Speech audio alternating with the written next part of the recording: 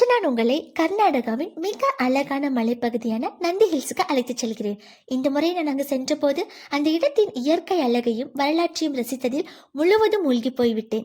அதனால் வரலாற்று முக்கியத்துவம் வாய்ந்த பல இடங்களை கேமராவில் பதிவு செய்ய மறந்துவிட்டேன்.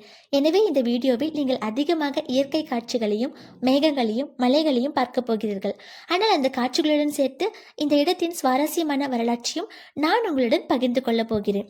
இந்த இடத்தில் எனக்கு மிகவும் பிடித்த ஒரு விஷயம் என்னவென்றால் பிளாஸ்டிக் பொருட்களுக்கு அனுமதி இல்லை. இது இயற்கையை பாதுகாக்க மிகவும் நல்ல முயற்சி. ஆனால் ஒரு சிறிய வேண்டுகோள், இங்கு கண்ணாடி தண்ணீர் பாட்டில்கள் கிடைக்கின்றன. தயவு செய்து அந்த பாட்டில்களை உடைத்து அங்கேயே போடாதீர்கள். உடைந்த கண்ணாடி துண்டுகள் சிறு குழந்தைகள் மற்றும் சுற்றுலா பயணிகளின் கால்களை காயப்படுத்தலாம். அந்த இயற்கையை ரசிக்க வரும் நாம் இயற்கையை பாதுகாப்பது நம்முடைய பொறுப்பு. அப்படியான வாருங்கள், பசுமை நிறைந்த நந்தி ஹில்ஸின் அழகையும் அதன் மறக்க முடியாத வரலாற்றையும் ஒன்றாக ரசிப்போம். அனைவருக்கும் வணக்கம். இது உங்கள் ஹனி வாய்ஸ். நந்தி ஹில்ஸ் என்பது ஒரு சாதாரண சுற்றுலா தலம் அல்ல. இது 1000 ஆண்டுகளுக்கு மேலான வரலாற்றை கொண்ட ஒரு மலை. கங்கர்கள், சோழர்கள், விஜயநகர பேரரசு, திப்பு சுல்தான் என பல ஆட்சியாளர்களின் காலத்தை பார்த்த இந்த மலை பின்னர் ஆங்கிலேயர்களின் கையிலும் சென்றது. இந்த இடம் 1000 ஆண்டுகளுக்கு மேலான வரலாற்றையும் அரசர்களின் ஆட்சியையும் பிரிட்டிஷ் கால நினைவுகளையும் தன்னுள் சுமந்து நிற்கும் ஒரு அற்புதமான இடம். பெங்களூரிலிருந்து சுமார் 60 கிலோமீட்டர் தொலைவில் அமைந்துள்ள நந்தி ஹில்ஸ் கடல் மட்டத்திலிருந்து சுமார் 1478 கிலோமீட்டர் உயரத்தில் உள்ளது. இதன் குளிர்ச்சியான காலநிலை, பனிமூட்டம் மற்றும் இயற்கை எழில் காரணமாக இன்று லட்சக்கணக்கான சுற்றுலா பயணிகள் இங்கு வருகிறார்கள். ஆனால் இந்த மலையின் வரலாறு எப்போது தொடங்கியது தெரியுமா? சுமார் 1000 ஆண்டுகளுக்கு முன்பே இந்த மலை முக்கியத்துவம் பெற்றது. கங்கர், சோழர், ஒய்சிலர் மற்றும் விஜயநகர பேரரசு ஆகிய பல அரசர்கள் இந்த பகுதியை ஆட்சி செய்துள்ளனர். நந்தி ஹில்ஸ் உச்சியில் இருக்கும் போக நந்தீஸ்வரர் கோவில் சுமார் 900 முதல் 1000 ஆண்டுகள் பழமையானது என்று வரலாற்றாளர்கள் கூறுகின்றனர். மலையின் அடிவாரத்தில் உள்ள போக நந்தீஸ்வரர் கோவில் 1100 ஆண்டுகளுக்கு மேலான பழமையான சிவன் கோவிலாகும். இந்த கோவிலை பல அரசர்கள் விரிவுபடுத்தியுள்ளனர்.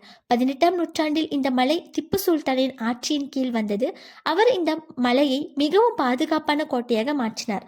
கோடை காலங்களில் ஓய்வெடுக்கவும் எதிரிகளை கண்காணிக்கவும் நந்தி ஹில்ஸை பயன்படுத்தினார். நந்தி ஹில்ஸில் மிகவும் பிரபலமான இடம் திப்புஸ் டிராப். சுமார் 60 மீட்டர் உயரமுள்ள இந்த பாறை விளிம்பிலிருந்து குற்றவாளிகளை தள்ளி தண்டித்ததாக ஒரு பிரபலமான கதை உள்ளது. ஆனால் இதற்கு உறுதியான வரலாற்று ஆதாரங்கள் இல்லை. இன்று இது அழகான பார்வை இடமாக உள்ளது.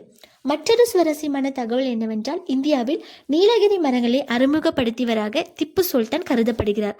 அவர் ஆஸ்திரேலியாவில் இருந்து நீலகிரி விதைகளை கொண்டு வந்து நந்தி ஹில்ஸில் நட வைத்ததாக வரலாற்று பதிவுகள் கூறுகின்றன. 1791ஆம் ஆண்டு ஆங்கிலேயர்கள் இந்த கோட்டையை கைப்பற்றினர். அதன் பிறகு நந்தி ஹில்ஸ் ஒரு கோடை ஓய்வு மையமாக மாற்றப்பட்டது.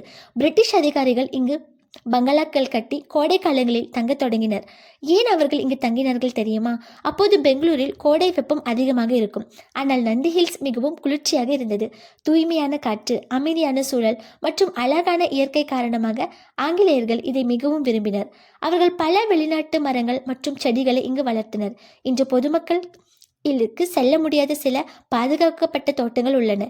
அங்குள்ள அரிய மரங்கள், பழமையான செடிகள் மற்றும் சுற்றுச்சூழலை பாதுகாப்பதற்காக அந்த பகுதிகளுக்கு அனுமதி வழங்கப்படுவதில்லை. நந்தி ஹில்ஸில் உள்ள மற்றொரு முக்கியமான இடம் காந்தி நிலையம். 1931ஆம் ஆண்டு மகாத்மா காந்தி உடல்நல குறைவு காரணமாக சுமார் 45 நாட்களுக்கு நந்தி ஹில்ஸில் தங்கியிருந்தார். அவர் தங்கிய கன்னிகம் லாஞ்ச் இன்று காந்தி நிலையம் என்று அழைக்கப்படுகிறது. இந்த இடத்தில் இந்தியாவின் முதல் பிரதமர் ஜவஹர்லால் நேரு உள்ளிட்ட பல முக்கிய தலைவர்களும் இங்கிலாந்து ராணி 2ஆம் எலிசபெத்தும் வருகை தந்ததாக பதிவுகள் குறிப்பிடுகின்றன. இன்று நந்தி ஹில்ஸ் ஏன் இவ்வளவு பிரபலமாக இருக்கிறது? அதிகாலையில் மேகங்களுக்கு நடுவே உதிக்கும் சூரியன், பசுமையான மலைகள், பழமையான கோவில்கள், திப்பு சுல்தானின் வரலாறு, காந்தி நிலையம், திப்பு ஸ்ட்ராப், குளிர்ச்சியான காலநிலை ஆகிய அனைத்தும் இந்த இடத்தை கர்நாடகாவின் மிக அழகான சுற்றுலா தலங்களில் ஒன்றாக மாற்றியுள்ளன.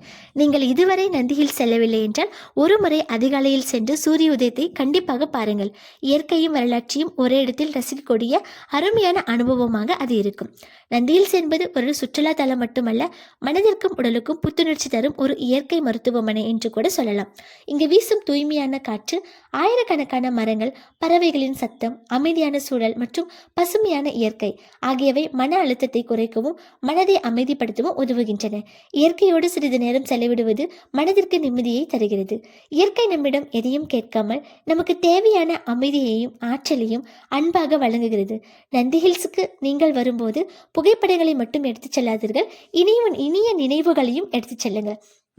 இந்த பதிவு உங்களுக்கு பிடித்திருந்தால் சப்ஸ்கிரைப் செய்யுங்கள். இயற்கையை பாதுகாத்து பத்திரமாக நமது அடுத்த தலைமுறைக்கு கொடுப்பது நமது கடமை. நன்றி. மீண்டும் சந்திப்போம். Bye bye.